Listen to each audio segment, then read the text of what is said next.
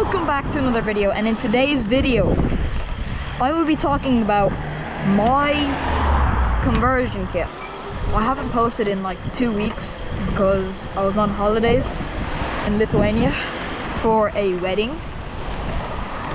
I was there for about a week, and before that I didn't post a video because I wasn't really bothered to go on my bike, but I'm back now.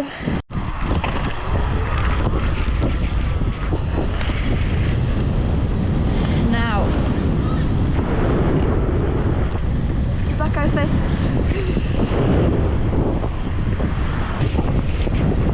And it's so ass. Do not buy a conversion kit unless you know how to actually make one. Unless you're like an actual good guy with bikes, unlike me. I just watch some YouTube tutorials and copy them. Like, obviously if you're in LA and you can afford a Suron, yeah, but I'm just some random guy who put up a bit of money and bought a conversion kit because I can't afford no 5K bikes. Read. Obviously there's the RTR lights. There's the GT54 Pro, all them mini bikes under 3K. Like, I definitely could have bought one, or even something off Facebook, but for some reason I decided to buy one of these, and they're not worth. So in this video, I will be breaking down the cost and the pros and cons of buying a conversion kit. So I'm just gonna break down the cost of everything, starting with the bike frame. This is a small bike cube, a small cube frame, and brand new I got it for about 695 euro, which isn't too bad for a brand new bike. And it had mechanical brakes, wasn't that good, suspension was pretty alright, and I had it for about 4 years. After that I decided to convert it to something electric, something cheap and affordable. So then, what I done was, I got hydraulic brakes with new gear shifters, which I don't even need anymore. And then, I decided to make it actually electric. So I bought the 2000 watt 52 volt kit. And then I had to buy a battery separately. The kit itself with the screen, the buttons and all, I think that was about 500. So I'm just gonna have the total here, adding up slowly. I bought the first battery number 1. I think it was about 110. It's from Amazon. It was definitely one of them Chinese batteries. And then that one didn't work. It worked, but it kept cutting out, and I was like, what? So I decided to try this battery here, which is a Kukrin G2 Max 2024 battery. Don't know how much they are, but estimate they're like 300. And then I decided to buy another battery, the same battery off Amazon, but supposedly higher specs. And that one was about 180, 190, something like that. And I bought it about 3 months ago, never came. I don't think it's coming, because Amazon says the due delivery date is, they can't tell me the delivery date.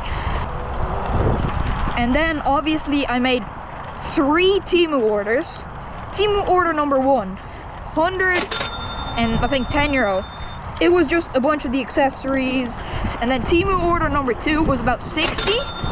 And then Temu order number 3 was about 30. And after them orders, I realized my bike didn't look that good. So I decided to get these air suspension forks for 200, including shipping. And they're pretty good, like they're air suspension, they work pretty nice. Obviously mine's a bit flat. Now personally, if you're in the market for any type of e-bike, or e-moto, yo, this place is overgrown. I would not recommend getting one of these. So I'll go through the pros and then I'll go through the cons. Pros, it's fun. I could tell you now, every e-bike I've rode or e-scooter is fun. Another pro about it is it's fast. It's nice and fast, hits a good 80. Another pro, the seat's comfy. Now we'll move on to the cons. A couple of cons with this bike are it can't really wheelie. You have to put a lot of effort into wheelie. It's not like a Sauron, you boom and it pops up. It takes a lot of popping up with your body weight. See that? Like, I'm like shifting my waist back and forth. Look at that. I'm holding my front brake. Like after a while, after you have this for a while, it gets pretty boring. I know some of you might be saying, no it wouldn't, I'd be riding it every day. I've had this for a little bit now, and it has gotten more and more boring over the months. Obviously it's fun, but it's just dealing with the police. That's the most annoying part of owning an e-bike slash e-moto. It always has something to do with the police. Like, can it jump? Yes. Is it fun to jump? Yes. Does it feel like the bike's about to snap every time I jump? Yes. But you always have to remember, this isn't factory. Doesn't matter what you build, it's never gonna be factory. Like this bike right here, this is not factory approved at all. There's cables here. One of these cables actually got tangled into the grass the other day, and it got like ripped out and slowed me down. This battery has a fat dent in it. It's zip tied, which isn't good. You can see the red old paint off of half of this bike. And half of this stuff is Temu. That's Temu, that's Temu, that's Temu. Them bolts are Temu.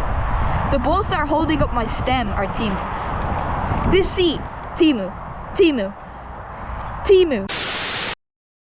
Now, when I was in Lithuania for holidays, for the wedding as well, when I was in Lithuania, the reason I was there because of a wedding, and I seen so many Saurons, and I actually got really curious. Are they legal? Yes. Yo, what's up? Wait, can you pop a wheelie? Yeah, I'll try. I need.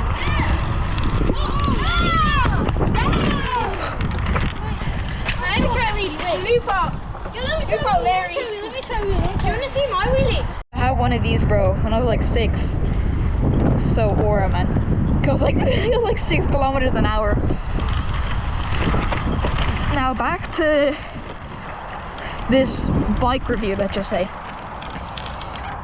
It can wheelie, but it's so much effort. Like, you just look like you look like such a tryhard when you're wheeling. Like over there, I popped when I was talking to them guys and they asked me to wheelie. The only reason I popped it up easily is because I stood up for a second, I sat down. But if you want to keep it going for long, you're gonna have to like go like that. And it gets so tiring. See what I mean? Oh, that was actually pretty good. If I just throttle and kind of, that's as much as I'm getting. I can't get any more than that. Now at the end of the day, it is still an e-bike, and it is fun when it works. And if I was in the market for a e-bike or an e-moto, this would be an option. But if you're doing it, you can't half do it. You have to go all in for it. Like, the first time I kind of half done it, I just took off the chain, put on the conversion kit, and that's it. That's why I took it off my bike for like a year. Like, I do love the suspension on this bike, but that's only because it's air suspension. If it was some buns ass coiled suspension, it would be such a bumpy ride. Okay, I want to hit that jump over there a little fast.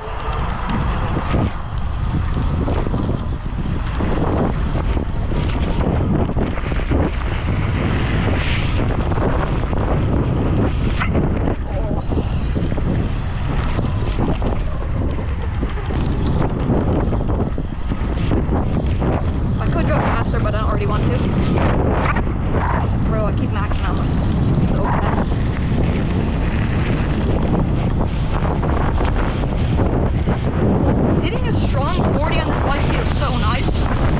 It doesn't feel really cheap. It feels pretty quality. But obviously when you get to them jumps and you hear the suspension maxing out. I'm gonna go do some wheelies now, try get a few good clips.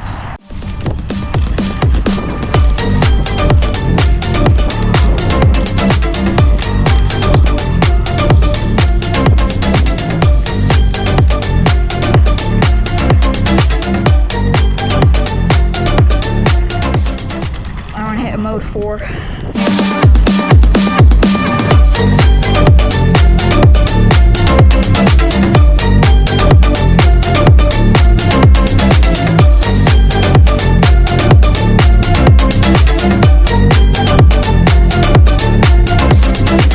I don't know which way I'm going.